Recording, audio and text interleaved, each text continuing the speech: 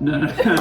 I feel like when you tell people you're leaving Wisconsin, they're like, oh my gosh. I don't think I would have had a better experience. It was really tough. Okay. I don't know how I survived. You had to practice multiple times a week and stuff like that? Yeah, it was like a D1 sport. Our NCAA maximum was 20 hours a week, and we always hit that. So I almost thought I was gonna major in history. I don't want to learn, I just want to be angry. I was extremely lazy. Stakes are very high. I protest. I would like to lodge a formal complaint. No, this is so not fair, Max.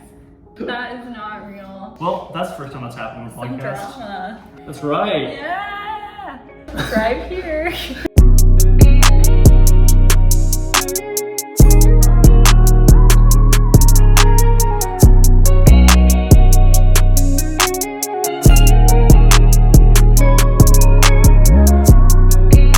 Okay.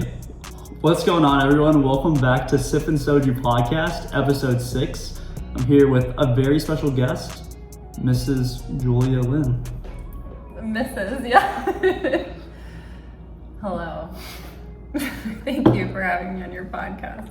Thank you for inviting me to film here. Yeah, so I guess wrapping things up, you're actually leaving Wisconsin pretty soon, right? Yeah, on Saturday. That's crazy. That is crazy.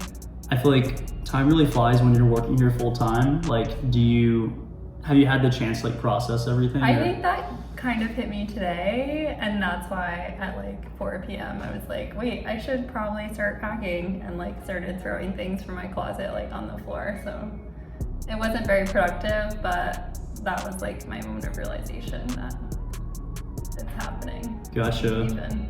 Do you have anything left on like your bucket list of things to do at all? Not really. I feel like when you tell people you're leaving Wisconsin, they're like, oh my gosh, they ask that question, and then they'll like suggest things to you. Yeah, and I'm like yeah. at the point where it's like not helpful. Like, please don't suggest any more things to me. But I feel like I've done everything that I need to do. Just a little bit. No, you're good. Okay, perfect. So I actually have a list of questions that I wanted to ask you, some that I'm very curious about, and I guess like, is there anything off limits? I don't know what the questions are though. So Yep, it's a little hard for me to...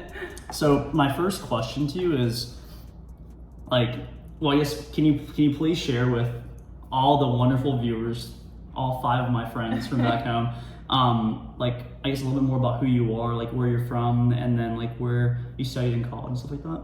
Sure, yeah, I'm from the East Coast. I'm from near New Haven, Connecticut. What else? Like my family life, or just like, and then I went to school at Brown University in Rhode Island. I studied applied math and econ because I liked them both separately, but it was like a major that's meant for like people who want to do finance. Gotcha. Which I did not want to do, so kind of a weird major for me to choose. Yeah, and then I graduated and started working at Epic. Really cool stuff, and that's how we, I guess, somewhat ran into each other and also Lauren as well. And then diving a little bit more back, like going back a couple pages, why Brown? I like knew I wanted to be on the East Coast, like kind of close to my family, but not like in Connecticut. So that's why New Haven was. Well, I mean, I applied to Yale. I would have gone to Yale, but I got waitlisted, and then I was like, yeah. Fuck Yale. Yeah, exactly. yeah. Now I've come to that realization that Yale is the worst. So. Oh my goodness! Wait, we're gonna dive back into that, but like. Yeah, and I have an aunt that lives in Providence, so like I was familiar a little bit with the city. I knew it was like I was like very superficial when I was choosing colleges. I was like, I want to go to like a well-known name because I feel like that's important, and then I wanted to go to a school that wasn't like super big, but bigger than my high school, and then I wanted a campus that was like pretty. Yeah, sure. No, and like I don't think it's like superficial. I feel like everyone has like a dream to like go to their dream school, you know, and like for some that's like going to like some of the better like well-known names, and I feel like it's one of those things where it's like if you don't apply, you're never gonna get the chance, so you might as well, you know. Yeah. So that's big ups to you for doing that. And I guess like were you deciding between Brown and like something else? Was it a hard decision or? In the end, I was deciding between. I did like accepted students days at Brown, Cornell, and Dartmouth. Okay. I was like I kind of liked Dartmouth. I think they just had like a good accepted students day like program.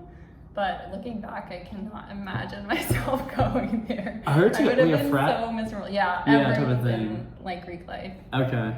And we like our tour guide, like people ask about that because I think people are nervous about that reputation that they have. And our tour guide was I don't know, she's a woman. And so I think my mom actually asked her about it, and she was like, oh, I just joined a sorority as a way to meet like upperclassmen, like women. Yeah. And my mom was like, oh, that's like such a good idea. And I was like, no, Mom, like people were just saying that. Sorority, Yeah. Anyway. And then I ended up like doing a sports team, which is basically the same thing as a sorority, so whatever. At Brown, is that? At Brown. Okay. Yeah. Is that like where you got into like rowing? Is that? Yeah, I had done like a 3-day summer camp because my friend in high school really wanted to do it. Like pre-college? Back in high school, okay. just randomly. Gotcha. So I had like touched an oar before, but like not seriously. And yeah, I thought I like always did sports in high school, so I thought I would do club swimming in college because I was like not good at swimming.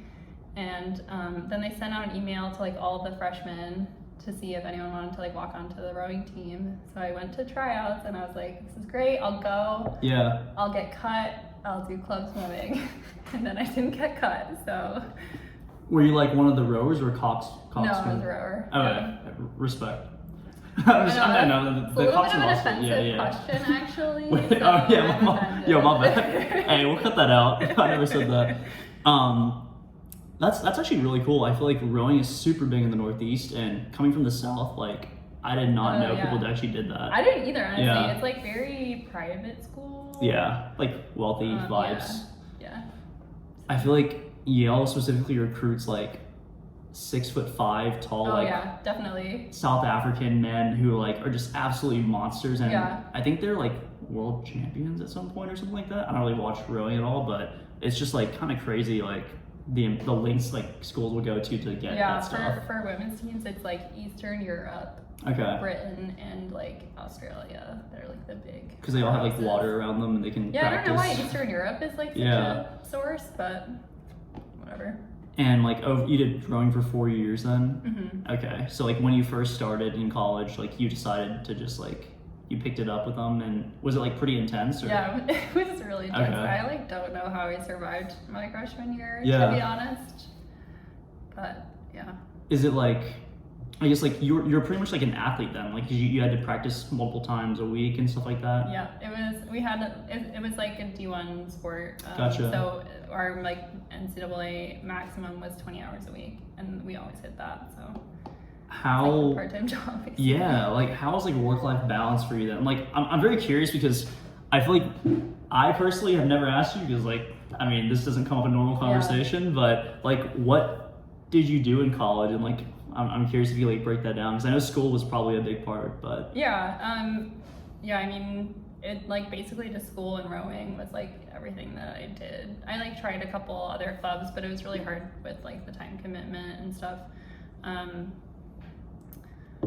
So yeah, it's like class in the morning, rowing in the afternoon, dinner, and then you like hang around the dining hall and do homework, and then go to sleep and do it all again. And that was like kind of like the story of all 4 years. Yeah. That's crazy. A lot of work ethic there. Well, yeah. I mean, it's like once you get into the habit and like once you make friends, like all your friends are on the team and they're all doing the same thing. So it's not like, it doesn't seem hard to like make myself do it every day. You can like bond together over like exactly. all the early shared mornings. pain. Yeah. Yeah. I get that. I tried out for like the men's like Division 1 club soccer team, and then I got cut and I got put on to Division 2, and I was like, I think I can make Division 1 and I was salty, so I was like, I'm gonna join a fraternity to make friends. Oh no! Yes. And So I joined a fraternity. Your soccer career. Yeah, I mean it never like picked up. The career never took off, so did that and just like through like fraternity, I feel like definitely freshman, sophomore year, like partying was obviously a huge part of it, but then throughout junior and senior year, I really like didn't really go to many parties at all. and more so just like kept up with some of the friends that like I actually developed Yeah. a close relationship with. So Yeah. that was really cool. Do you feel like then like it was a good networking opportunity for you? Like, Yeah, do you no. feel like even after you graduated that it's still like a support network? Or? Yeah, no, absolutely. I feel like there's a good number of guys that I actually became really close friends with. And outside of that, like, it's kind of crazy how much like power networking does for you. Like, it's scary. Yeah. I didn't do a good enough job in college, so. No, I mean like just randomly through meeting people in school again, and then also throughout work, like you never know who you're gonna run into. And I feel like I have like most of my fraternity. It's again like Yale is kind of one of those things where it's not like what most people think of a fraternity. Like I feel like Ivy League fraternities are more so like social clubs. Tamer, yeah, a little bit tamer, like not as much like craziness they happening. Wish they were crazy. Yeah, I mean sometimes craziness did happen, Yeah. but it's nothing to like the extreme level. And I feel like one really cool thing out of it is like all my friends in there, like they all went hard, like and had a good time, but then like they all got their shit done and they all like were pretty like on top of their professional careers as well. So I feel like that balance is something that I always like kind of like aspired to get to, just because like I want to have a good time, but also like obviously things are important as well. So yeah. I mean, for like being on the crew team, we didn't drink any days except Saturday. Like, we went hard on Saturday, and that was it. Yeah. And I feel like it's like so much a part of my mentality now too. I'm like, I don't drink on weeknights. Like that's crazy to. Here we are. Well, now I don't work, so every night's Yeah, a weekend for me. But. Happy hour every day.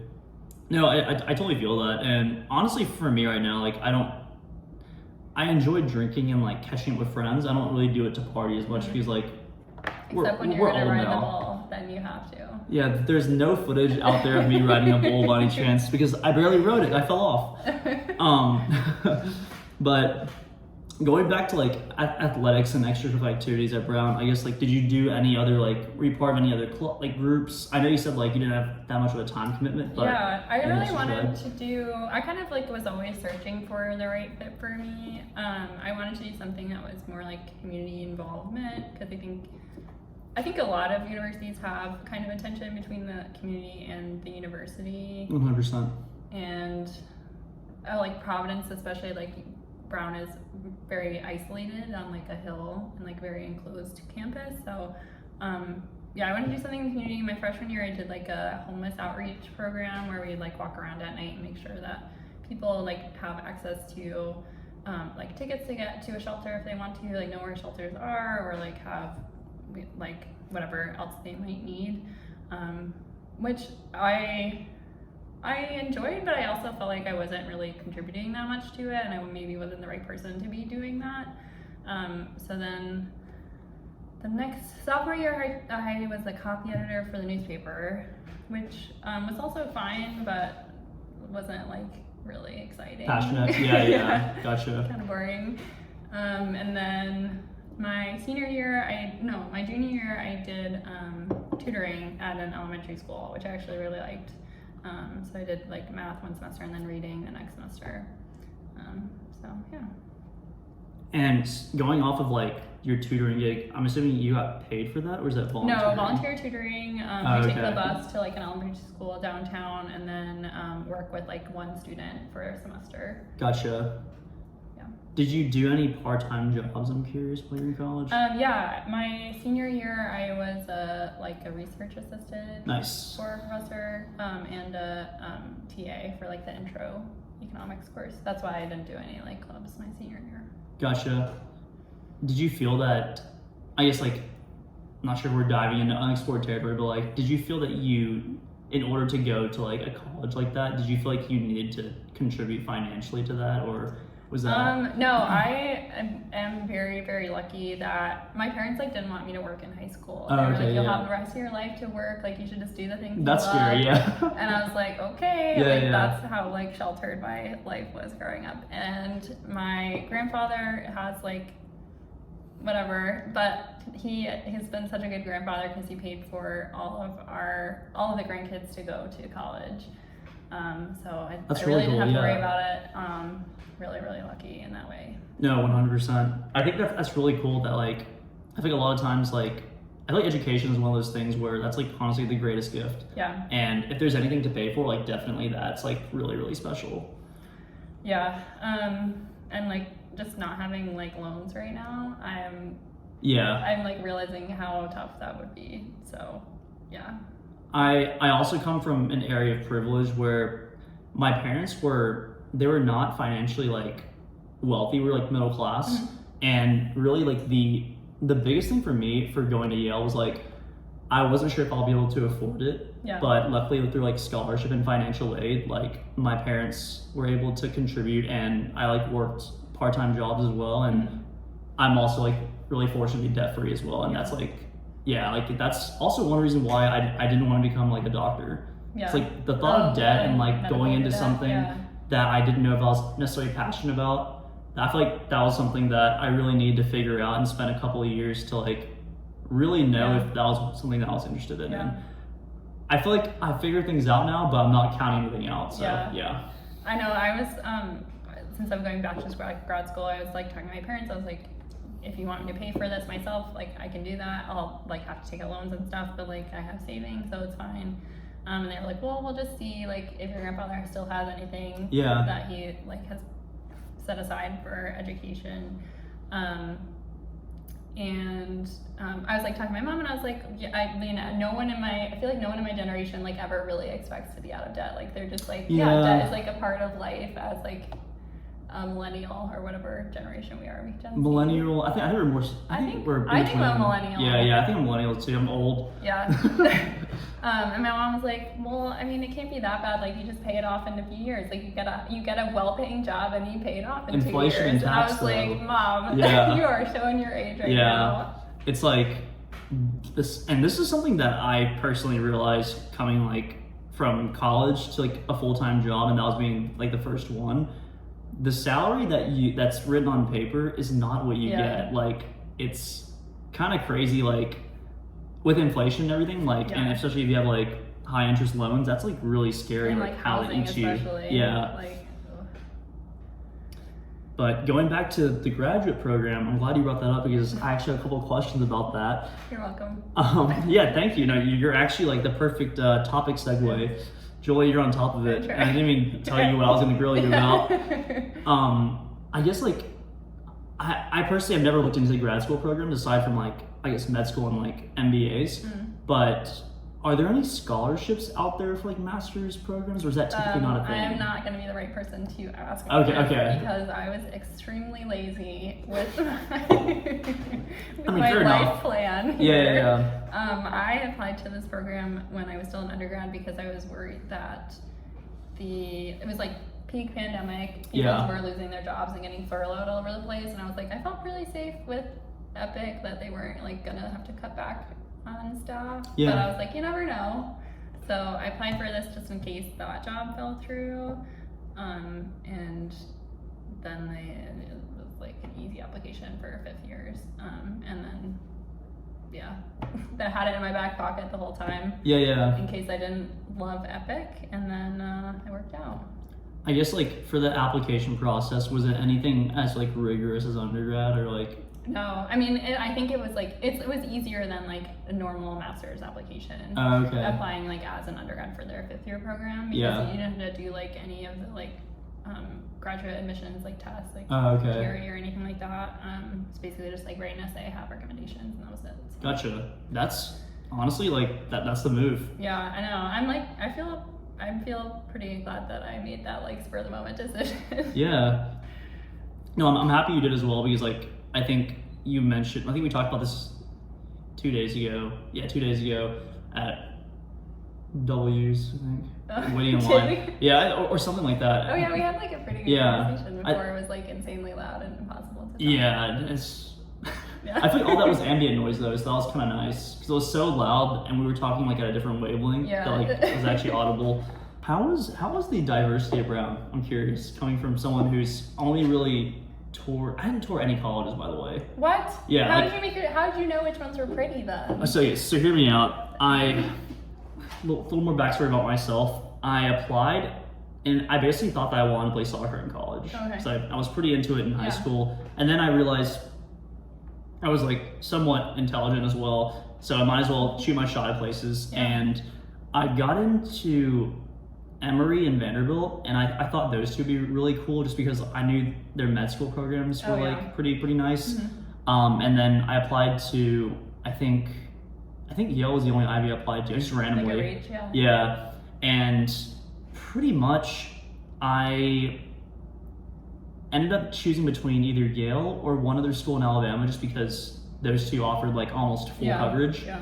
And showed Emory and Vanderbilt, y'all suck. You offered me only like a third or 2/3 scholarship, so do better. But basically I was like, hey, like I'm all for like flying out and doing something and being very uncomfortable. So I didn't even going to campuses. I honestly didn't care. I was like, this is like a school that I feel like it's my dream school. Like, why not just go for it? It'll make sense when I'm there. Yeah. Never even looked up images. Oh my gosh, that's crazy. Yeah. You just went based off of like Gossip Girl, right? I haven't seen that movie. Background information. Yeah, totally. A movie I haven't seen before either. Yeah. No, it's just like I don't know, like, and the same thing goes. Yeah. You're from Alabama, like being in East Coast, all of the best known colleges, and like New England are all there. Yeah, they're all like 3 hours away. So we did like a little road trip tours. I actually great way to get out of school for a couple days. Yeah, take a sick day or something. Absences. Yeah. I actually remember why I didn't tour, because like that'd be really dumb if I just skipped it out. We actually had a soccer tournament, and I remember the exact day. One of my friends, James, was I think he was sitting next to me, or someone else was, and James will be on a podcast in the future, so stay tuned for this mysterious character. Basically, I opened up my email, and we were actually driving to the beach to play in a beach tournament, and I saw I got accepted, and I was like, holy shit, this is awesome. Because I actually lost my school email, so I didn't check it until that day, because the acceptance actually came 2 months earlier. Oh my god! And literally, are you kidding me? No, I'm not even kidding. Like, I didn't check. The deadline, yeah, I almost did, because I did a regular decision for Yale. I didn't do early action like that, and randomly, like, I remembered to open the email because I saw like some people got accepted, and I was like, oh. And then like I saw it, and then I saw the Bulldog Days or orientation day was like a week later. And I was like, well, I'm at the beach playing soccer. I can't do that. I have a game to play, so I was like, oh well, it'll work out. Yeah, it did work out. Yeah. That was the most rambling that I've done in a while. Back to like Brown diversity. I'm sorry if I skipped that. I remember during orientation they were like, "This is the most diverse class we've ever had," and I think Brown does actually like do a pretty good job, like just compared to other schools like themselves, like Ivies or like liberal arts schools in the New England area.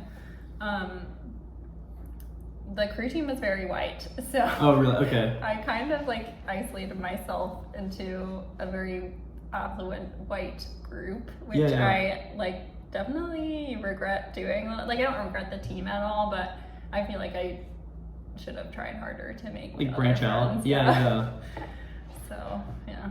But it was like diverse enough to like meet people from like different cultures, and like because I feel like at most like Ivy Leagues they definitely try to like get people from all over the place. Yeah, definitely, and they have like a big international community and stuff. So that's something I'm really excited about for grad school actually, because I was just talking to my roommate who's doing a different program, but like similar to mine, a 5th year at Brown, and she was saying like there's a really high percentage of international students in her program. And I think that's probably true of most of the master's programs. So that's something I'm looking forward to.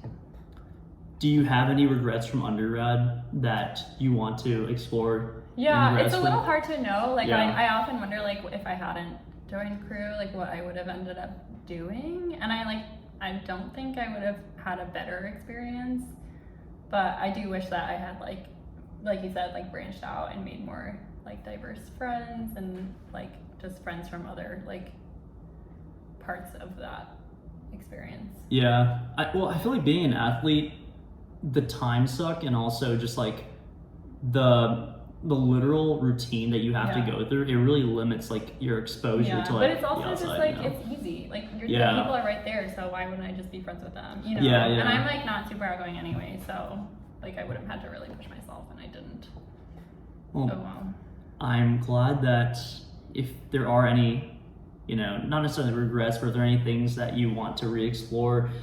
You can definitely do that during your grad school year. Yeah, me too. Okay, well, this is convenient because there's something part of the show called the halftime show. Okay. I have not told you about the podcast previously, No, so I haven't listened to a complete episode. this is the explanation part. I just played you Calvin's part where he just the first part. where he sang, or I actually played his song out loud. So Calvin should pay me for that. But basically, how it works is it's trivia. Oh, so okay. I asked you 3 random trivia questions. I'm gonna change it up this time because I feel this like is the one with the turtle. the turtle. With you The sea turtle. It all makes sense now. That was a mistake. Please, no one go back and rewatch that. But basically, the way it worked previously is you have to get all 3 questions right. Otherwise, you have to do a dance on camera. Oh, okay, no. But I'm gonna change it up because you getting all 3 right, there's no incentive for you, because you have to get all 3 right. And in most cases, people usually get the first one wrong, so it's like the shortest show ever. But the way we'll do it this way: if you get 2 out of 3 right, then I'll do a dance on camera. Okay. If you don't get 2 out of 3 right, then you have to do a dance on camera. For 10 to 15 seconds, non-negotiable. All right, are you ready? Mm-hmm. I'm gonna pull up trivia right now, and I'm gonna ask you to not look at my laptop screen. Okay, Julia, are you ready? Because I'm definitely not. All right, let's do this. Where do you find these questions? Like every normal human being, I just type in medium trivia questions. At the first part of the pandemic, my college friends and I did Zoom trivia, where one person would create a trivia thing for everyone. Yeah. It's quite hard to find questions. So you've done trivia quite a bit? Yeah, but I'm not especially good at it, I would say. I was about to say, I'm about to switch over to the extremely hard trivia. I really like trivia, and I'll just when I'm just living my life, I'll be oh, I wonder why that is, and I'll Google it, and then just immediately forget it. So just naturally curious about learning. Yeah. But I have no retention. I feel that especially. Let's see.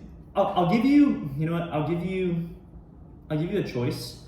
There's a different list of different types of trivia. There's animal, entertainment, food and drink, funny, history, we're not doing kid friendly. We can do because I feel like those are easy. History. Yeah. History? Okay. Easy one? Is there a category called easy? Unfortunately, there's not. I need to buy the premium version to get the different levels. Who was the first wife of Henry VIII? Catherine. Catherine of where? Catherine. Well, she's from Spain. Catherine of Aragon. Is that your final answer? That's right. Yeah. Oh my god! Wait, that's awesome. How much history? Did you really enjoy history in college and stuff? Yeah, I like history. I like reading nonfiction books about history. I almost thought I was gonna major in history, and then I realized I would have to do a lot of writing. Oh yeah. And I was no, I like math. Yeah. All right, we're not doing history anymore. No. We have to change it up. It's 2 out of 3. I didn't major in history though. All right, how about this? We'll also up the stakes just for the podcast because 2 out of 3, there's no point of a third one. If you don't get 3 out of 3, then you have to take a shot. If you get 3 out of 3, then you have to do a dance and take a shot. Okay. Okay. So I feel like that would be a nice little why not?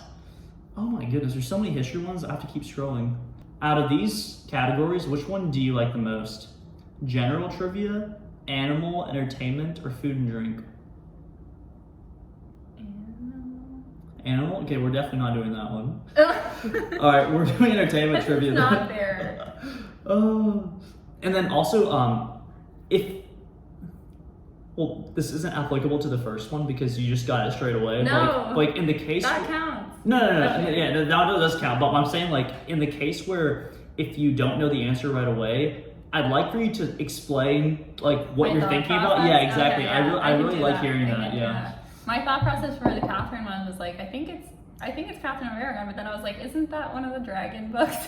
I thought that was someone from Lord of the Rings. Yeah. But that's just like me What being am I? What are we uncultured. thinking of though? Yeah, I Maybe think there like is something called it's like well, Aragog. I'm pretty sure Aragon is like a Aragon, character. Yeah. And then there's probably a Catherine like somewhere in one of the sagas. I'm gonna choose one that like if I No, this is so not fair, Max.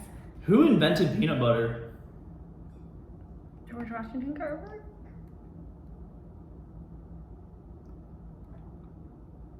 That's the only peanut person I know. What did he do? He grew peanuts. I think, oh, so this is what I Yeah. think of him. Was like the South was like growing like cotton and like whatever tobacco, stuff that was bad for the soil. And his whole thing was like, you should grow peanuts instead. And so he came up with like 100 different uses of peanuts. Oh, And, you're like, right. he's, like, I remember that. Convinced people to grow it. I should have known this. This happened in the South. Yeah. This happened. He It's your was homeland. he was from Tuskegee, Alabama, or he died there. I know he had a lot of different like things about cotton.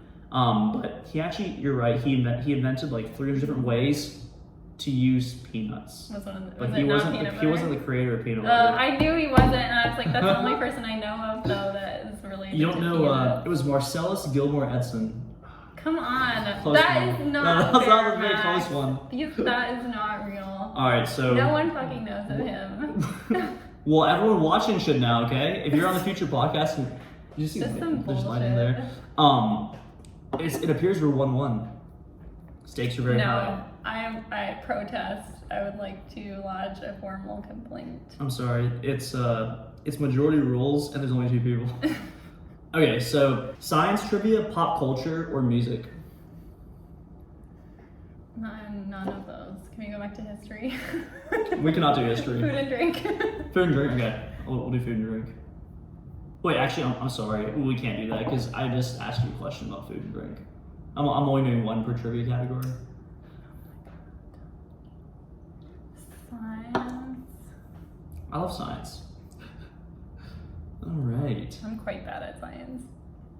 Every time I think about like this, how the seasons work with like the Earth on its Axis going yeah. around, I have to think about it for a long time and like reconvince myself that You that's mean like actually what where the causes sun and seasons. moon is relative to the Earth? Like or just how how it the tilts? Earth, like okay, so it's the Earth, whatever side is closest to the sun. But then I'm like, when the Earth turns around, like whatever side is on the Opposite end. top, like yeah. shouldn't that be colder than winter, like nighttime in the summer then? But then I think it's just because it's more about like the tilt and not actually like facing them. Like and then the Earth itself like retains heat throughout Right. that it like collects throughout the day. I honestly have no idea about that. Yeah. I feel like that could be a question for a future guest that I'll need to look into. So whoever's next on the podcast, you can thank Julia for that question. I'm definitely gonna ask that. I went to an Ivy League, so I have to ask you an Ivy League question, okay? How many degrees does the Earth rotate each hour? Oh, that's like a math. I'll give you plus or minus 2 degrees. Okay, 24 hours in a day, so it rotates 360 in 24 hours, and then so 360. I don't want to do math. Can I use my phone? No. I'm gonna put a shot clock actually. No, I can't do math. 360 divided by 24/3 would be 12 divided by 12 eighths, and then that divided by another 60. 120 divided by, I can't do math. 120 divided by 4 would be 30. I'm gonna need an answer right now. No, 30 divided by 8. Like 3 and a bit, and then 3 and a bit divided by 60. Am I right? Wait, did you just give me an answer? Wait, I'm confused. I totally forgot you guys do math to figure this out. I was like, there's no way she'll get this. Wait. Wait, let me, okay, so 24 times 60 is 12,000, 1440. 1440, yeah. I think so, yeah. So 360 divided by 1440. 360 over 1440 is my final answer. 360 divided by 1440? Yes. But a fraction. That fraction is my final answer. So that fraction is the degree, or what is the fraction? Yeah, that's the degrees that it Oh gosh, so that is the percent. Yeah. Oh, okay, gotcha. So 25%. Wait, what? It's not a percent, it's degrees. I don't know why I said percent. 25 degrees. Or 0.25 degrees. 0.25. 0.25 degrees. 0.25 degrees. That seems not right, but I'm sorry. I don't know why Actually, I messed up my... I'm sorry, Julia, but that is not the correct answer is 15. 15? Yeah. No. 24 hours a day. There's So it's 24 times 15, right? Yeah, 24 times 15. That's how many it rotates in an hour. Did I not say each hour? I think it's a minute. How many degrees does the Earth rotate each hour? How many degrees does the Earth rotate each hour? We'll have to roll that back. Well, I was calculating based on minute. You heard me say times 60. Yeah. Like, 60. I'm not going to correct you. Wait, I actually don't know if I was said... right. You know what? There's no way for us to run that back without ending the video. So, well, how about we just tab that one for now, yeah? Oh my god, I'm not giving you any more math ones. That was stressful. The amount of time it took me to do that math was really sad. Oh my goodness, that was hilarious. I'm about to be just I'm a little sweaty. trampled. I'm about to be trampled in grad school. Like, questions are going to be harder than that. If you To break out my TI-83. You have TI-83. Is that like one below the 84? Yeah. What is that? Like non-graphing? It's still graphing. Oh, I don't okay. know what the 84 does. Okay, so this is the tiebreaker, everyone. Hold on to your seats. We're doing animal. Okay. I think every question I answer, you should also have to answer one. I think that would be more fair. That actually makes sense to me. But I'm not sure if I can do that. Notes for you. Yeah, no, that actually makes sense to me. I just feel like, there's definitely some benefit of being a host. Let me see.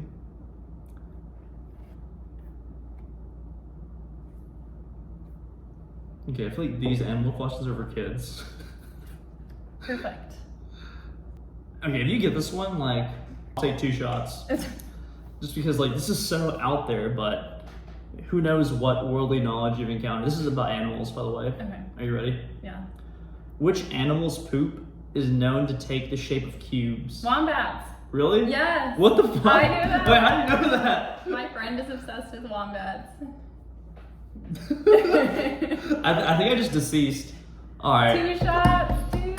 I gotta do that and dance? This is so fun. Well, you can do either or, whatever one you... I'll do both. I'll do both. Okay. How do you... Your friend would know wombats, right? He or she actually have wombats? No. I don't know why she's so into them. It's kind of random. This is terrible. Yeah. This is it. Must be hard. I'll do Lauren's mezcal. It's actually flavored. Is it? Yeah, Is it's it like smoky flavored or actual flavored? It's like smoky. Like it's mezcal's normally smoky, Yeah. and it's like I don't do straight vodka anymore. I feel it's terrible. All right, everyone. I feel like I've come full circle where it's like I couldn't do vodka for a while, and then I switched to tequila, and now I'm like I've You can't do outdone it tequila? with tequila, so I have to okay. switch back to I feel like vodka. I just can't do like I prefer it cold. Like cold vodka is like fine, and like Tito's actually doesn't taste bad, but I feel like I'm just spoiled. Older and spoiled. A chaser is another one, and then I'll probably just die or something. Ugh. But all right, guys, this is probably one drink at least. Oh, this is actually a plug. Is it product placement? Yeah, a plug for Trader Joe's. I'm so sorry. It's okay.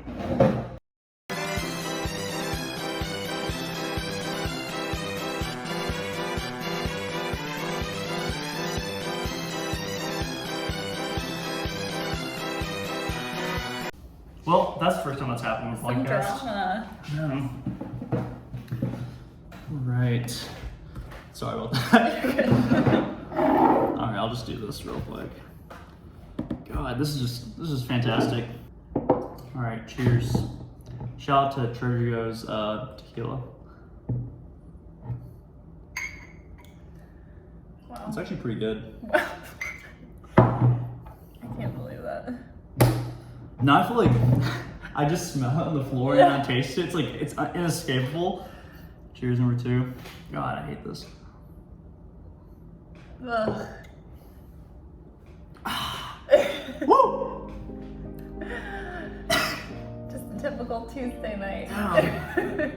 I feel old. Alright. We gotta do the dance now.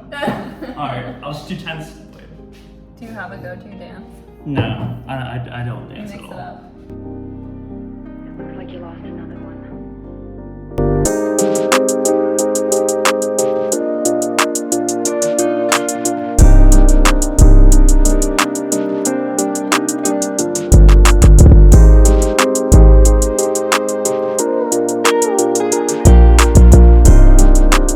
I got third one time and I was like, I've peaked. Oh really? This is not the Tuesday night I was expecting. It's better, right? Yes. I mean, honestly, like, couple of questions I had. The first is, number 1, Julia, thanks so much for being a great sport on the halftime show, despite me spilling straight liquor on you and on your floor and on your table. All good. What were your thoughts about the show, about the trivia, and like, if you could change anything, what would you change? If I could change anything, it would be you not picking specifically the questions that no one knows the answers to. And then also, I think you should do questions as well. Okay, so like, maybe You like, should have your guests prepare 3 trivia questions. okay, and then what, like, the wager is whoever gets more right, maybe? Or Oh something yeah, like that? that's Okay. a good one. Gotcha. Or maybe even like random trivia generator, where like, Yeah. because otherwise I Can feel they like, do that? I mean, there's probably something out there for that. Because otherwise, like, what if they choose something really hard and I go a little bit easier, and it's like, Well then, that means you should have gone harder. that's true. I guess hard is also relative. It's all part of the gamble. Yeah, but overall, like, aside from like your apartment being destroyed, like, it was a good experience. Yeah. Okay, fun. cool. I'm glad I didn't have to do the dance, so I had a great time. That would have been hilarious. Can you imagine in like 10 years from now if you saw this video online, if I don't get banned or blocked, Yeah. like, that would be kind of cool to I'd rather reminisce not. on. No, I'm good. Switching gears a little bit from trivia, actually somewhat related to Epic. Curious, like, what your, like, I guess if you could describe in like a couple of sentences, like, how was your experience working for Epic in the Midwest? I'm just curious to hear. Yeah, I did not enjoy it, any of it really. I found it very stressful to be asked questions that I had no way of knowing the answer to on the spot. And that never really went away. Yeah. I was like working longer hours in like the first year, I would say, which like also was stressful, and like the pandemic part didn't help. Yeah. Did you feel that it was like, I guess do you feel like it was less enjoyable because of the nature of how your role is? Just because like sometimes you're thrown in the deep end, or because maybe your clients were more Yeah, I think the needy? client thing, like them asking questions that I didn't know the answer to, like didn't bother me that much because I understood where they're coming from. Like if I Yeah. were them, I would want to know the answers to those things. And that, like also like while I was working, I would find myself like kind of going down like rabbit holes, like trying to find like the one specific bug that was causing Yeah. things, even though like it was a waste of time and I shouldn't do that. I knew that. So like kind of having that uncertainty, what I found unsatisfying. I think it was mostly like the role, and then like also like I don't know, possibly partly the app as well, because for PB you're like talking to like high up people in the hospital Yeah. who are worried about like financial stuff, Yeah. talking to like accountants who I don't know anything about accounting, so Yeah. I'm just like trying to learn two things at once basically. I don't know how much of that is true for other apps. Like I'm sure there's like specialized knowledge for all of them, but yeah, I don't know. That was always something I wondered about.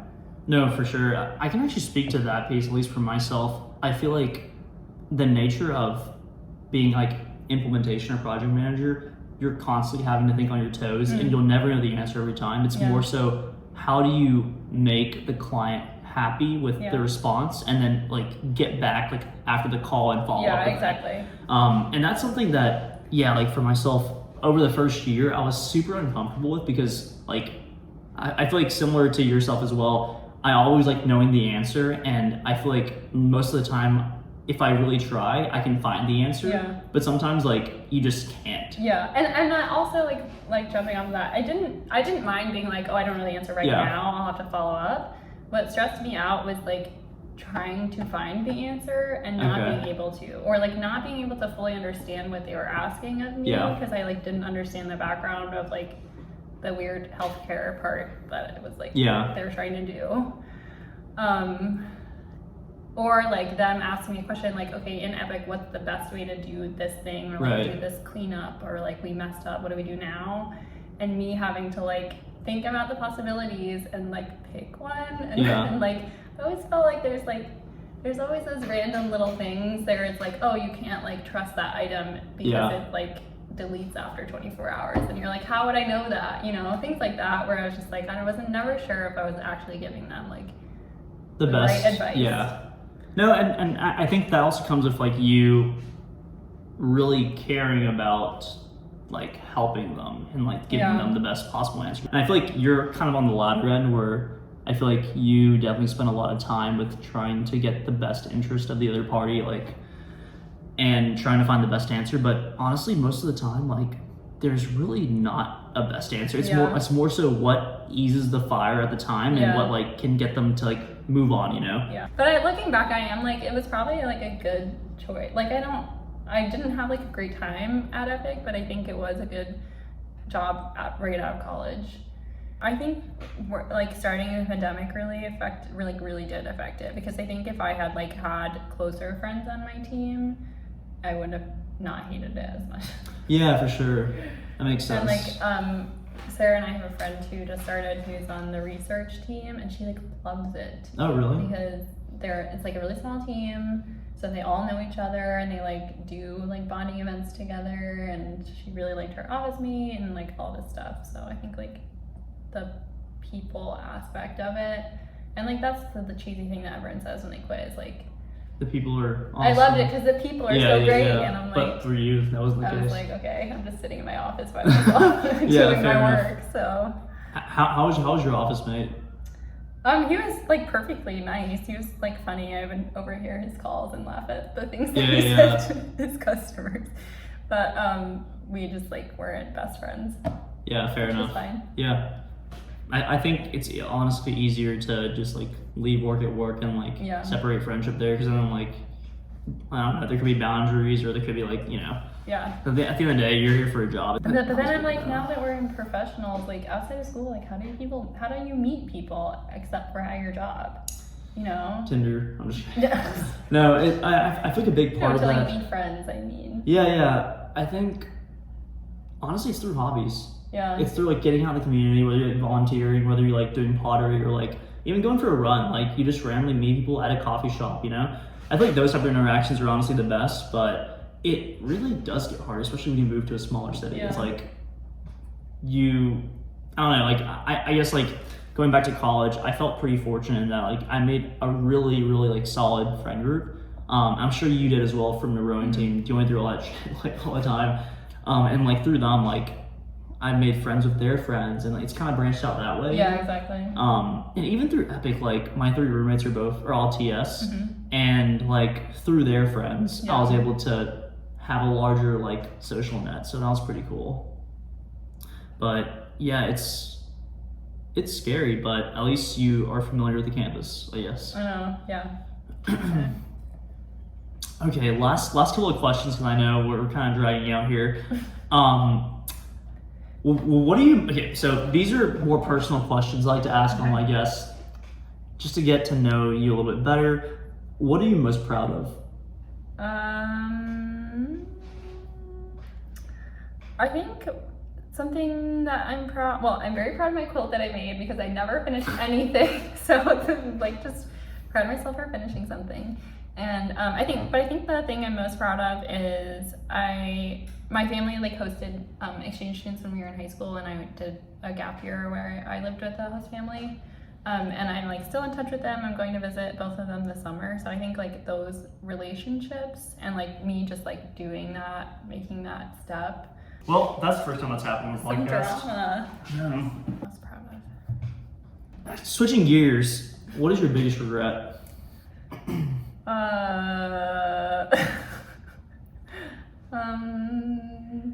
don't know. I wish I spoke another language. Does that count? Yeah. I don't know when I would have. There's not like a specific point in my life where I'm like, oh, I could have learned a language there. Did you study abroad all in college? Not in college. For my gap year, I was in Hungary, so I like sort of picked up the language there, but I've forgotten it all, and I was never like fluent. Is it like Hungarian? Is it? Mm-hmm. Okay, gotcha. Yeah. What language would you have picked up if you could choose? If I could choose now. Wait, did you speak like Mandarin? Yeah, I took Chinese for 6 years, and I went to China for a month, and I do not remember a single word. And this is in high school? High school. To be fair, our program was like new and also not very strong, so I didn't know that much to begin with, and then I forgot it all. It's funny when I try and think of like Chinese now, I just think Hungarian instead. Like my brain only has room for one. I don't even know what to start with Hungarian. It's like an American issue. No, that's shameful. Do you regret learning another language because you feel like you could better understand that culture and like be able to visit, or like what aspect of that do you regret? I just think I think it's like interesting. Like I think it does, like speaking a different language, I think does make you like think a little bit differently, which I think is interesting. And then also like opportunities to travel or meet other people or whatever. Yeah. Or like some of my friends in college took French, and because they had taken French in high school, and they took like a more advanced French class, and they would like read French literature and like have conversations in French with like, and I feel like there's more like bonding opportunities or with ways like opportunities to meet classmates in those kinds of classes than there would be in like a math class. You know? Yeah, for sure. Because like part of it is just like conversing. Yeah. And those are like probably people who are going to be very different from you because like your only shared thing is language. So that's funny you mention that, because in college I feel like the people that I most enjoyed getting to know throughout class, I studied like biology, so like a bunch of science, a bunch of math, like physics and all that stuff. I feel like art, I took 2 semesters of art. That was the coolest experience ever, because like our art students are so fucking They're cool. so weird. Well, not weird. They're just like, no, in a good way. They're not, first of all, they're not super competitive, because like they each have their own style. And then they're also like, I feel like they're actually like really chill, and that's like super cool to like, just like hear experience. Yeah. Hello. Okay, last questions then. No, you're good. Sarah, you want to hop in? Yeah, you're good. I stole Julia for a second. What is your goal within the next year? Graduate from my master's program and get a job that I don't hate. Could you elaborate on like the job that you don't hate? Like what do you like, what does that entail? I don't know. I think I want it to be, I like don't want to work for like a bank or something. I know that. Like I don't want it to be like actively bad for the world. Like like finance and like like ew. Okay. So bad. Fair enough. And I want it to be something where, unless it's something that I'm like super passionate about, which like I don't think I'll find in the next year, or something that I'm super passionate about, it could happen, which would be great. But if it's not, I don't want it to be something that I feel guilty not working all the time for. Like I want it to have like clear, like some kind of social impact or like positive or change. no, I'm more thinking about like the what they expect of me. Like I felt a little bit like Epic, because you're like tied to a customer and their issues. Like if you don't solve the issues, it's like you feel guilty. even if you're working like crazy hours, and I don't want to feel that kind of like that that expectation burden or responsibility, whatever, or yeah. like the kind of when you hear about like Yeah. startup culture where it's like everyone's expected to be working all the time. Yeah. Like I don't want that. Gotcha. But there's no like sector in mind or. No, as Okay. long as it's not. Yeah, as long as it's not bad. Gotcha. I don't mind being a cog in a machine, really. As long as Yeah. it's not like a machine that's crushing souls. So you're pursuing your master's in data science, right? Mhm. What made you choose that over just like pure like mathematics or pure economics? Yeah. Like why did you choose that? I have become disillusioned with economics. I think it is used to do bad things, and it pretends to be very scientific, but most of it is not. And so that's why I didn't want to do that. And then pure math is I don't think it's very applicable to our lives. I'm sure that there are ways that it is, but like thinking about like the sixth dimension or whatever, like doesn't interest me really. Okay. Gotcha. Yeah. I want to do something more like tangible. So data science is. So that's why. So yeah. my major was applied math versus Okay. like pure Just math. pure math. Okay. Gotcha. So like that's the stuff that I'm more interested in, and data science seems like a way to use math in a way that like actually impacts the world. Gotcha. Have you ever considered like computer science? Yeah, not super seriously, honestly, until I started working at Epic, and I don't know. Yeah. Fair enough. Give data science a try first. Yeah. If I don't like it, maybe. I mean, I feel like that's like that statistics and computer science. I feel like are the three like places to be because Yeah. like there's a lot of different like flexibility you can Yeah. do with those. Excuse me. And then goals for 5 years. 5 So years. You'll be I really have no 30. idea. I want to live abroad at some point. like for a prolonged period of time. Yeah, for like a year or longer. Okay. But- Why? I'm Different changes not in feeling there. great about the US right now.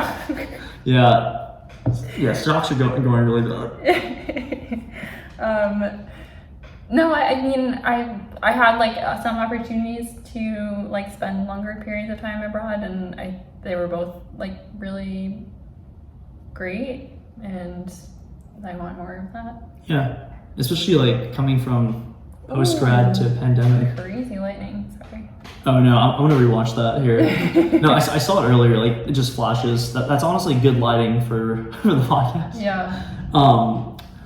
But no, I totally feel that. Especially like I want to go to Europe so badly. I haven't been, and I was planning on doing it the spring of my senior year with Calvin and some other friends. Oh no. But that would've been so fun. yeah, pandemic happened and been putting it off. So. Yeah. But honestly, now that I thought about it, I feel like I'd rather go to like explore like Asian like countries rather than like Europe. Just because like I feel like Barcelona would be cool for like a couple of days, but then I'd be like, oh, but I want to go to like Hong Kong or Taiwan and like just do And more there's stuff. like just everything seems interesting. I want to go everywhere. Yeah, I feel that. And then 10 years, so like you'll be like 35. Years, right? Jesus. Yeah. I don't know. Like. I guess like well, I actually, guess at that point I'd have to like either have kids or like not have kids, which is really scary to think about. Yeah. Thanks for making me think about that. did not intend for it to go this direction here. This will clear your thoughts. Yeah. One of my good friends, Amy, who was on a previous podcast, she actually had a great take on that question. Yeah. I think usually at those milestones, people think of materialistic things or like accomplishments, like either professional or personal. But she said she'd like to look at it in a different perspective and rather look at like how she feels. Like I want to feel secure. I want to feel, like happy with like what I'm doing. That's and really like true. I thought that was like kind of a nice take as well. But I want to feel that way right now. Wait, what? I said I want to feel that way right now. Last question I have for you is for anyone who stayed around this long for this janky podcast. Do you have any advice for anyone who's watching who may be in a similar situation to you, or any advice about anything that you've gone through that you think would be I helpful? feel like I'm not qualified to give it. I wish you would give me time to prepare this part. I have to think. You know so much about trivia, like surely No. someone can Useless facts. What I'm supposed to be giving advice? Or just like any like lessons learned that you would pass on to anyone else that you think would be helpful, or just like something that you've learned, whether it's from little to like now or being in the Midwest or anything like that. Yeah.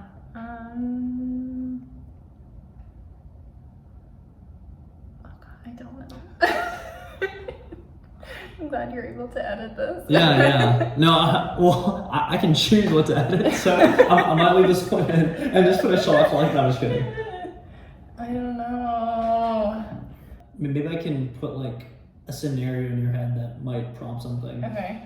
I guess like for someone who has just completed college, who does not really know what they're passionate about, but who knows that they want to learn and like to make an impact on the world, like what would you say about maybe taking on your first job and like what to expect, or like transitioning over, or just like in general like doing one thing and then completely pivoting and going somewhere else? I feel like you have experience in something those. my mom has been saying, like when I call her to complain about my job, is she's like, well, try and like find something that you're learning, like that you can learn in these last couple of months here, which I think I would like always found annoying a little bit, because I was like, I don't want to learn, I just want to be angry. Oh, okay. But I mean, I think it's also like easier to do that if you know you have like an exit coming up. Yeah. Like, but I guess maybe not. Maybe it is like a good way to just think about any job is like, what can you learn? Like if you're, I heard something the other day that was like, a job should be you should either be learning something, or I forget what the other one was from it. Learning. Oh my gosh, what was it? I felt like it was kind of like either you're happy at your job, or you should be learning something from it in order to like know more for your next job. Like either like what you want, or like some like more tangible skill that you can apply to your next job, so that it's not like a total waste of time. Do you want to summarize that in like 1 or 2 sentences? Okay, summary of that would be, I guess any job that you're in, but especially if you are not happy at your job, then this is my mom's advice for me, was to think about like what you could learn from the job, either in like what you like or don't like, and what you might be looking for in your next job, or some like more tangible skill that you could apply in that next job. I think it's really helpful, and I feel like I did not take her advice.